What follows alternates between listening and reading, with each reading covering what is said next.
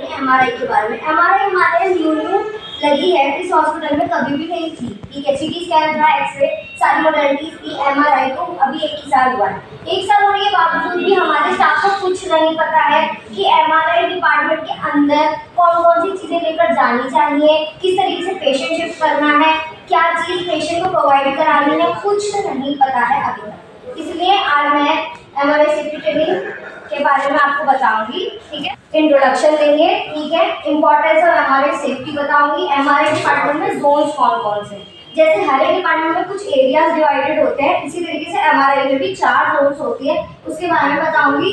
Instructions for hospital staff, आप सभी के लिए क्या क्या इंस्ट्रक्शंस हो सकते हैं, पेशेंट के लिए क्या क्या इंस्ट्रक्शंस हैं, और हमारे इमरजेंसी एंड क्वेंचिंग, इमरजेंसी कौन सी कंडीशन हो सकती है एमआरआई डिपार्टमेंट में, वो समझो। आप सभी को पता है कि मैग्नेटिक रेजोनेंस इमेजिंग यानी एमआरआई मशीन, ठीक है, एमआरआई सिस्टम किस चीज पे वर्क करता है, हमारी मैग्नेटिक फील्ड और रेडियो फ्रीक्वेंसी फील्ड्स पर।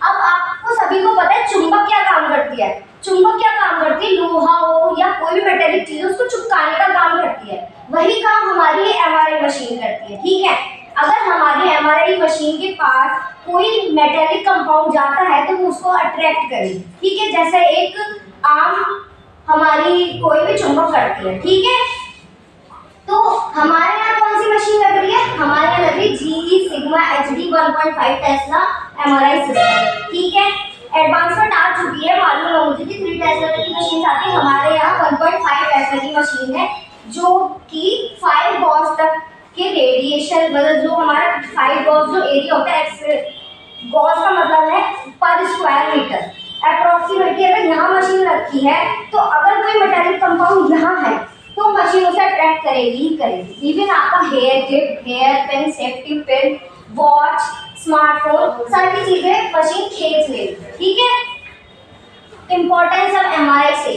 क्यों इंपॉर्टेंट सीख रही हूँ मैं, इस बारे में बात करेंगे। ठीक है, इंपॉर्टेंस इसलिए मैंने बताया, मैग्नेट है।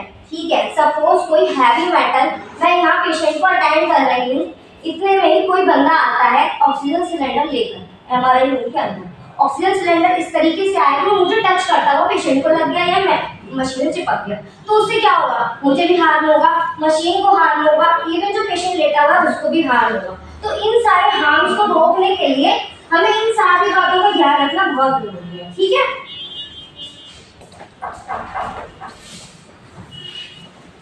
ये बैनर्स लगे हुए देखे होंगे, हमारे एमआरआई के गेट पर भी लगा है, ये वाला भी लगा है, ये हमारा रिसेप्शन जो एरिया है वहाँ पर भी लगा हुआ है। ठीक है, इसमें यही बताया है कि magnetic field her time on रहती है, हर टाइम मतलब 24/7, इवन मशीन अगर बंद है तब भी उसमें मैग्नेटिक फील्ड फ्लो होती रहेगी, चुंबकीय आकर्षण उसमें तब भी रहेगा।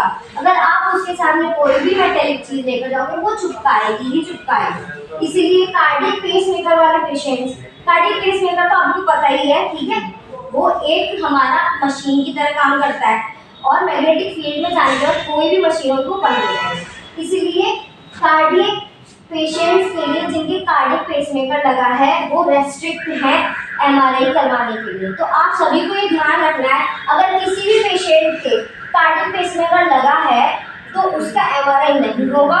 इन केस कभी कभी होता है कि मिस हो जाती है कोई हिस्ट्री पेशेंट की, तो आपको सबसे पहले अपने पेशेंट से यही पूछना है उसके कार्डियक पेसमेकर तो नहीं लग रहा है, तभी एमआरआई परफॉर्म होगी, इन केस नहीं होगी। ठीक है, कोई भी मेटालिक कंपाउंड, ऑक्सीजन सिलेंडर, कैंची, चाकू, कुछ भी चीज हम नहीं लेकर जा सकते। ठीक है, बाकी मेन चीज है एमआरआई का साउंड। एमआरआई का साउंड बहुत ज्यादा तेज होता है, जैसे घंटे बज रहे हो, ढोल बज रहे हो, वो भी तेज आवाज में विद बेस। ठीक है, इस चीज के लिए हम अभी कुछ नहीं कर पा रहे हैं क्योंकि अभी हमारे पास हेडफोन्स अवेलेबल नहीं है। ठीक है, लेकिन पेशेंट्स को समझाना है कि आपको एमआरआई में सीधा लेना है और बस मशीन से तेज आवाज आती है और कुछ नहीं। ठीक है, सेफ्टी फॉर पेशेंट्स, मैंने बताया किसी भी पेशेंट के कार्डियक पेसमेकर लगा है खराब हो जाएगा। किसी पेशेंट ने अपने सर में, जैसे फीमेल्स होती है मैक्सिमम, बहुत सारी हेयर क्लिप्स लगाते हैं। ठीक है, वो क्या होगा, पेशेंट जैसे ही लेती है ना तुरंत उड़ के हमारी मशीन चिपका लेती है। इवन मैं भी कभी हमेशा या तो रबड़ बैंड लगा के रखती हूँ या बात खुले रखती हूँ। क्यों? क्योंकि मैं भी अंदर बाहर जाती हूँ तो मेरे को भी वो फीलिंग आती है कि मैग्नेट मेरी पिन खींच रही है। ठीक है। Safety importance ensure that patients are safe during the MRI procedure and after the scan patient should be screened to ensure that they don't have any implants or foreign objects that could be dangerous in the MRI environment. Patient should also be asked to remove certain items such as jewelry, electronic items and clothes with metal. Clothes कौन से? Main चीज है clothes कौन से हम MRI machine में नहीं ले सकते। सिल्क क्लॉथ्स जो होते हैं वो एकदम हीट अप कर जाते हैं। हम जो रेडियो फ्रीक्वेंसी वेव्स यूज करते हैं एमआरआई में वो हीट भी डेवलप करती है। ठीक है, जब पेशेंट एमआरआई में लेटता है तो उसकी बॉडी हीट अप करती है। उसकी वजह से क्या होता है, ऐसा देखा गया है कि सिल्क का जो कपड़ा होता है वो हीट अप हो सकता है, जल भी सकता है। तो इसलिए जब भी आप लोग अपना पेशेंट लेकर आएंगे एमआरआई में पूरा प्रॉपर चेंज होना चाहिए। ठीक है, इन केस किसी पेशेंट के बुलेट लगी है एमआरआई नहीं होगा। क्यों? अभी उसका ऑपरेशन नहीं हुआ है, बल्कि ऑपरेशन होने के बाद भी आपने सुना होगा कि बुलेट के कुछ छल्ले बॉडी में रहते हैं। सुना है आप सभी ने?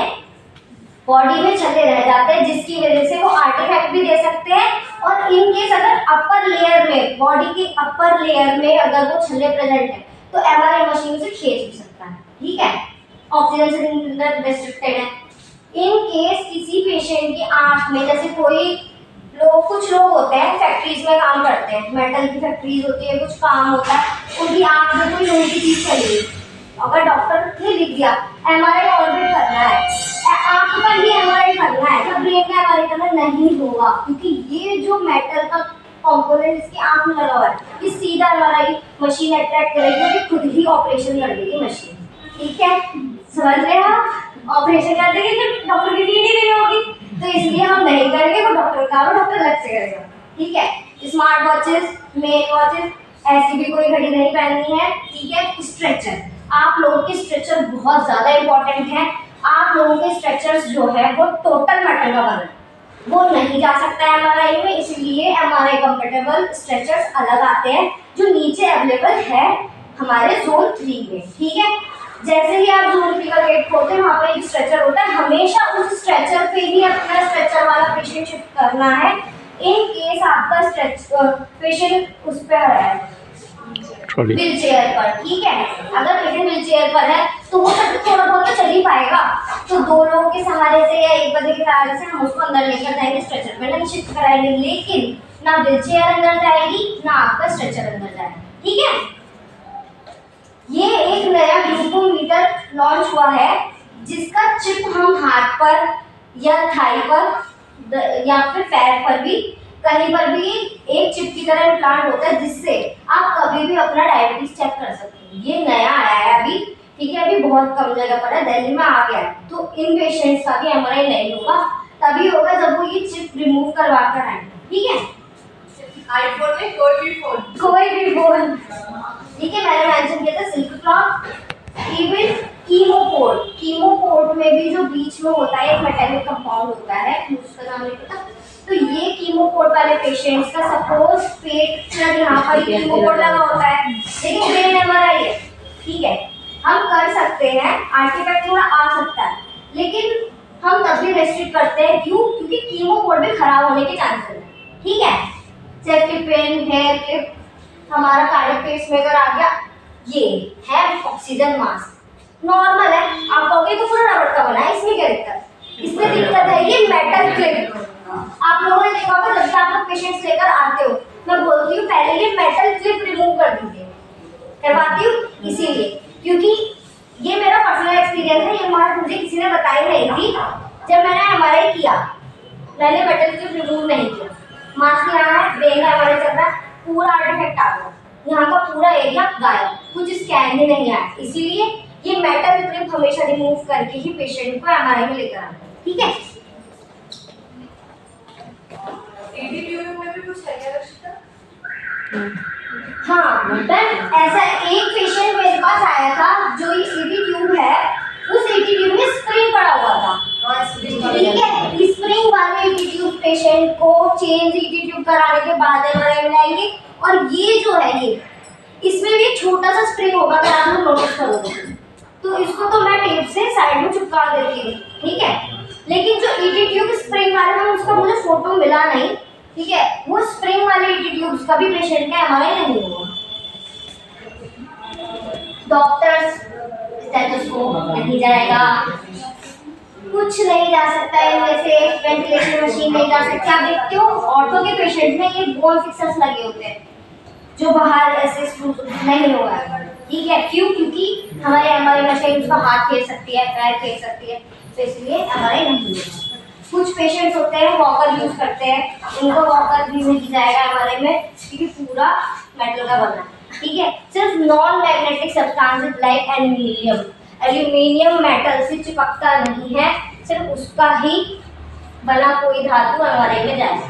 ये है मेटल डिटेक्टर, ठीक है। इसका आप लोगों का यूज नहीं, इसका मेरा यूज है। कोई भी पेशेंट आएगा, सबसे पहले उसके चेंज के बाद मैं सारी चीज़ें गाइड करती हूँ कि इसके इलेक्ट्रोड्स निकाल दीजिए, इसको चेंज कराइए, रिमूव। उसके बाद भी हो सकता है पेशेंट नहीं बता रहा कि मैंने तो हेयर पिन लगा रखी है, उसके बालों में नेट लग गई, नहीं पता, उसने इनर वियर्स पहने थे, नहीं पता। तो उस केस में मैं मेटल डिटेक्टर यूज करती हूँ। आपने देखा सिक्योरिटी गार्ड मेटल डिटेक्ट करता है, तो क्या होता है metal detector? Metal detector detect करता है मेटल से निकलने वाली मैग्नेटिक फील्ड को और फिर हमें एक इंडिकेशन देता है ये लाइट बल्ब जलाकर, ठीक है। ये आ गया मेन, ये है हम सबके लिए, ठीक है। क्या होता है, ये एक केस हुआ था, इसमें ये है टेक्नीशियन, ये है एक एमआरआई टेक्नीशियन जो पेशेंट की पोजीशन करने के लिए कॉइल चेंज कर रहा था एमआरआई स्कैन से पहले। इतने में ये वार्ड बॉय महाराज आए और ऑक्सीजन सिलेंडर लेकर एमआरआई मशीन में चले। लक्ष्मी होने वाला था ना, ठीक है। एमआरआई मशीन के पास ये ऑक्सीजन सिलेंडर लेकर चले गए। अब क्या होता है, सपोज ये मैं ही खड़ी हूँ, कोई वार्ड बॉय है ऑक्सीजन सिलेंडर लाए और मैं ही ऐसे चिपकी पड़ी हूँ, तो इसलिए मेरे लिए भी ये बहुत ज़्यादा ज़रूरी है कि आप लोग ध्यान रखें इस तरीके का कोई भी सामान हमारे मशीन में ना लाए, ठीक है। इससे क्या होगा, मेरे लिए भी सावधानी की बात। सपोज कोई नर्सिंग स्टाफ खड़ा है, नर्सिंग स्टाफ खड़ा है, उसी में कोई चीज़ आकर लग गई तो क्या होगा, यही होगा। इनकी डेथ हो गई थी, बचे नहीं थे क्योंकि सिलेंडर ने इनको इतनी तेज हिट किया कि इनके एब्डोमेन में घुस गया था ये और सडन डेथ हो गए थे। तो मुझे बचाइए, अपने आप को बचाइए, इन चीज़ों से दूर रहिए। सेफ्टी इक्विपमेंट, एमआरआई की खुद की भी तो सेफ्टी होनी चाहिए ना कुछ। एमआरआई तो एक मशीन है, कोई मशीन पे कोई चोट लगेगी, टूटेगी तो क्या होगी, खराबी होगी, अब इसकी बात है। अगर कोई भारी चीज एमआरआई के पास आई, ठीक है, मैंने बताया स्ट्रेचर आपके चिपका गया, ठीक है, ये ऐसे ही ये सिलेंडर चिपका हुआ है, ठीक है। तो यही सब है। ये क्या करेंगे, ये हमारे मशीन को क्या कर सकते हैं, डैमेज कर सकते हैं, इसमें स्क्रैचेस भी आएंगे। अब क्या है, ये इसमें हम पेशेंट को लिटाकर एमआरआई तो नहीं कर सकते ना, क्यों? क्योंकि ये तो खराब हो गई। अब इस चीज को भी तो हटाना पड़ेगा ना किसी तरीके से। अब वो किस तरीके से हटाएंगे वो मैं आगे बताऊंगी, ठीक है। अदर पीपल्स कौन हुए? ना आप हुए ना पेशेंट हुआ। अदर पीपल्स वो हुए जो पेशेंट के अटेंडर्स होते हैं, ठीक है। कई बार पेशेंट्स आपके बहुत ज़्यादा सिक होते हैं, वो कहते हैं अटेंडर्स नहीं, हम भी जाएंगे हमारे मशीन में, हम भी देखेंगे स्कैन, हमारा पेशेंट है। तो उस केस में अदर पेशेंट्स की भी तो, अदर लोगों के लिए भी तो हमें सेफ्टी प्रोवाइड कराए, तो उनसे भी वही सारी चीज़ें पूछेंगे।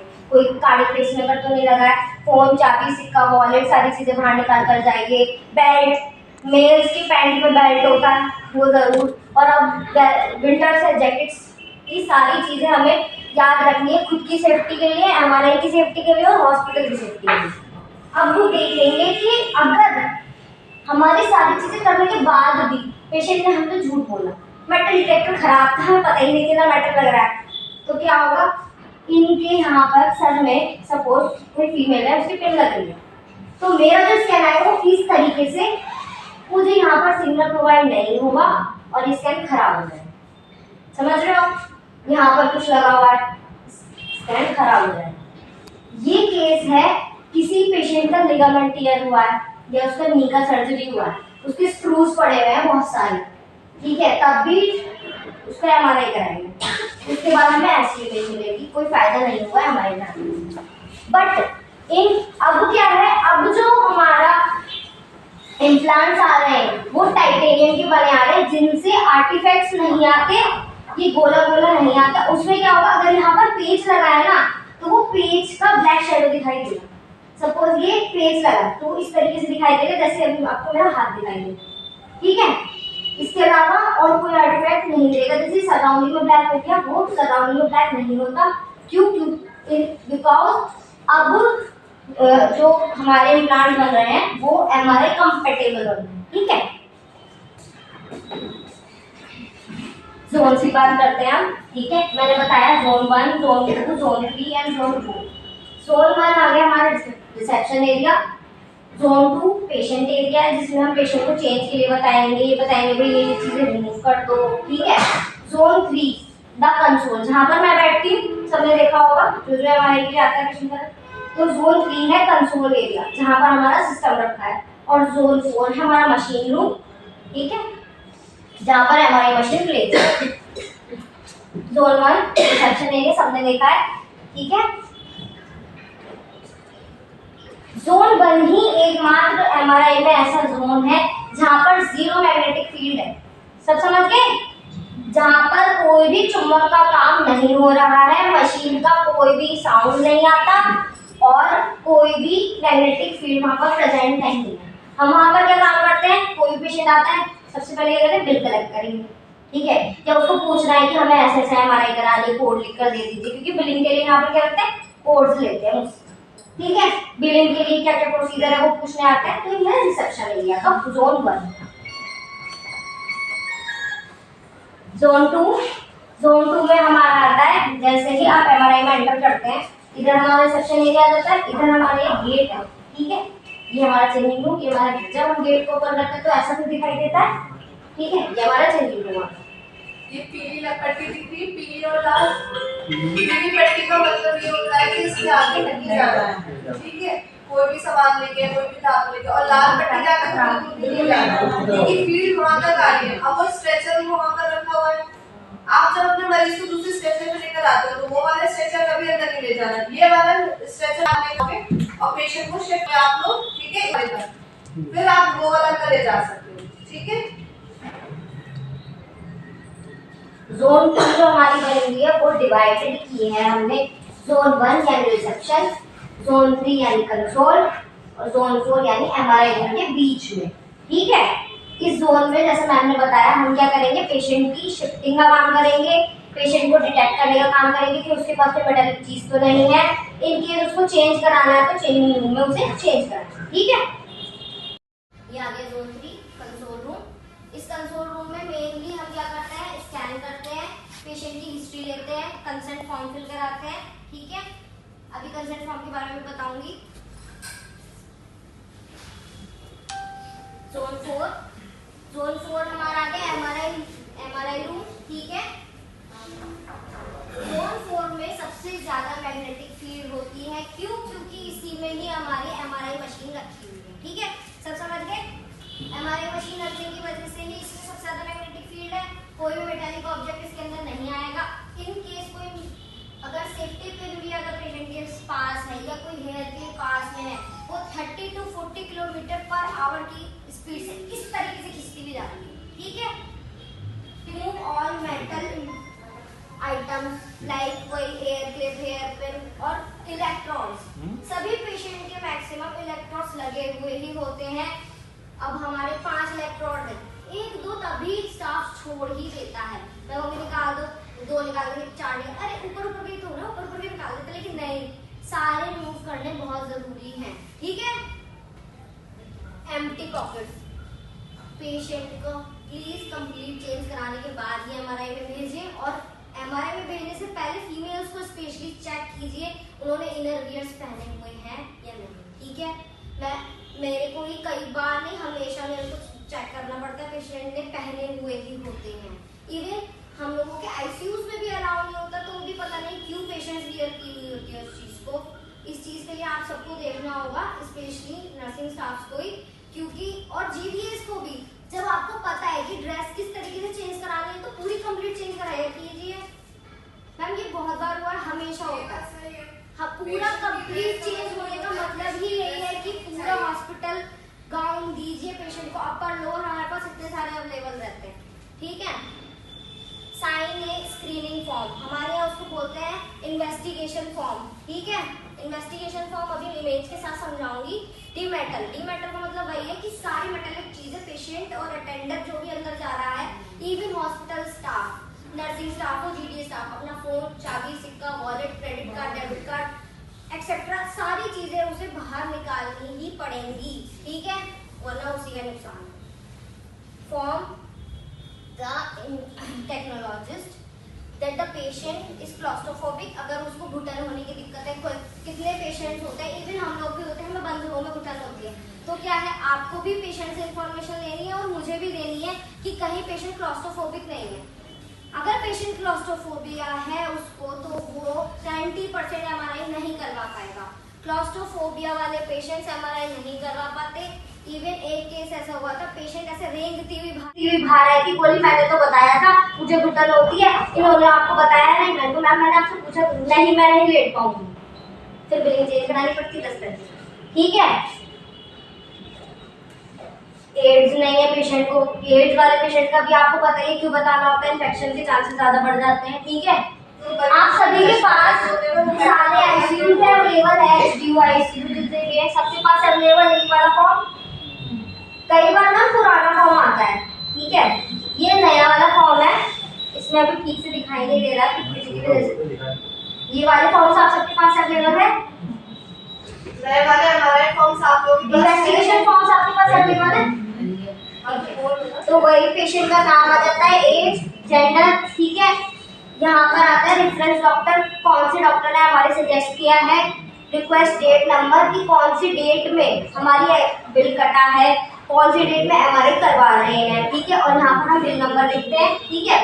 यहाँ पर आता है पेशेंट का आईपीडी नंबर जो आप सभी को पता है, यहाँ पर ओपीडी है, यहाँ पर इन्वेस्टिगेशन आती है, यहाँ पर वार्ड आता है कि यहाँ पर कौन सा वार्ड है, आईसीयूएम, आईसीयू, एचडीयू जो भी है वो लिखना होता है। यहाँ पर इन्वेस्टिगेशन आती है हमारे से ब्रेन है, स्पाइन है, यहाँ पर स्पाइन लिखा हुआ है, अभी इसमें ब्लरी है थोड़ा दिख नहीं रहा, ठीक है।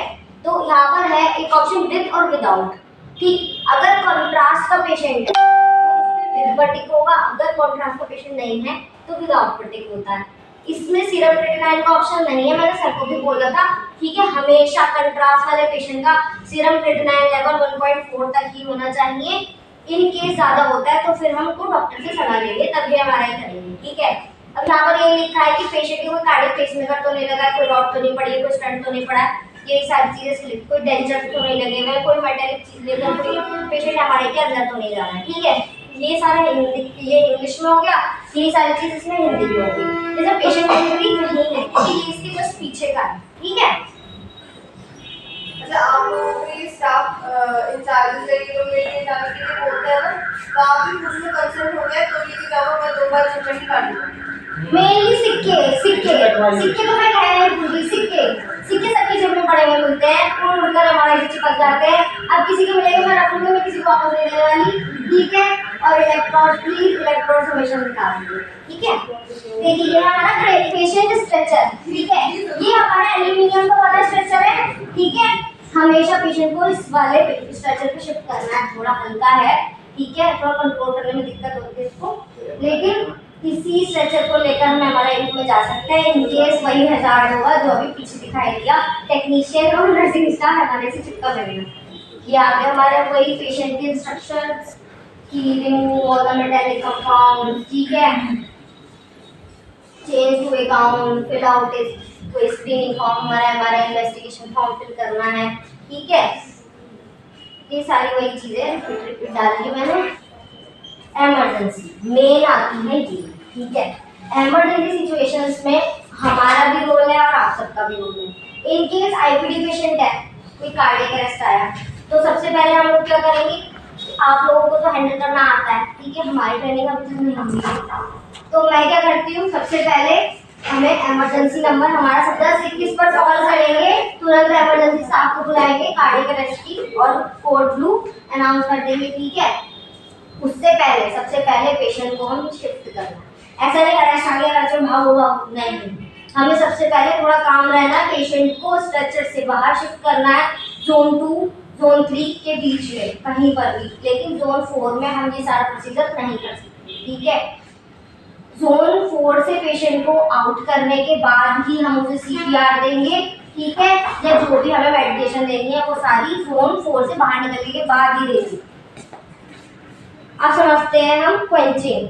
क्वेंचिंग जो है ये बिल्कुल लास्ट वाला प्रोसीजर है, जब हमारे पास कोई ऑप्शन ही नहीं बचता उस मेटेलिक कंपाउंड को MRI से हटाने के लिए, ठीक है। जैसे मैंने दिखाया था अभी कि स्ट्रेचर चिपका हुआ था, एक ऑक्सीजन सिलेंडर चिपका हुआ था, इन केसेस में हमें क्वेंचिंग करनी ही पड़ेगी। क्वेंचिंग क्या होती है?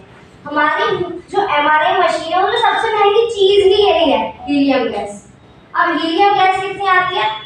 हीलियम गैस अप्रोक्सीमेटली 3 करोड़ की हमारी वाली मशीन में पड़ी हुई है, ठीक है। मेन पैसा इसी चीज का है। अगर ये चीज हमें सबसे लास्ट में करनी है तो हमारे पास कोई ऑप्शन ही नहीं बचता, ठीक है।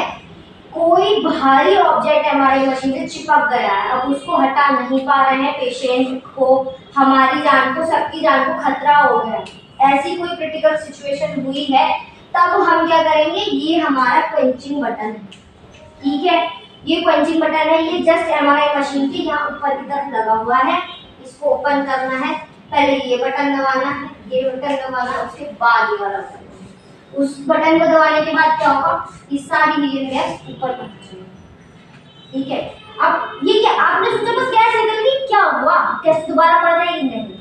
इस गैस का मेन काम है हमारी जो MRI मशीन है उसका टेम्परेचर मेंटेन करना, उसकी मैग्नेटिक फील्ड मेंटेन करना। जब MRI मशीन पूरी ही मैग्नेटिक फील्ड पर काम कर रही है, क्वेंचिंग करने के बाद, हीलियम गैस निकालने के बाद उसकी मैग्नेटिक फील्ड हो जाएगी 0, उसकी पावर हो जाएगी 0 और उसका टेम्परेचर हो जाएगा खत्म।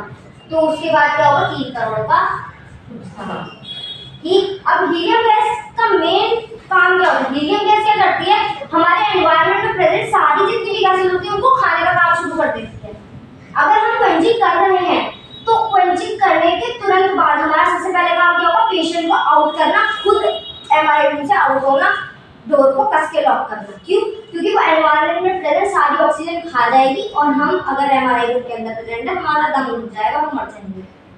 समझ गए? ये सबसे ज्यादा लास्ट और क्रिटिकल सिचुएशन में ही करते हैं, अभी बहुत कम ऐसी सिचुएशंस आती है जब इसको करना पड़ता है, ठीक। Thank you so much.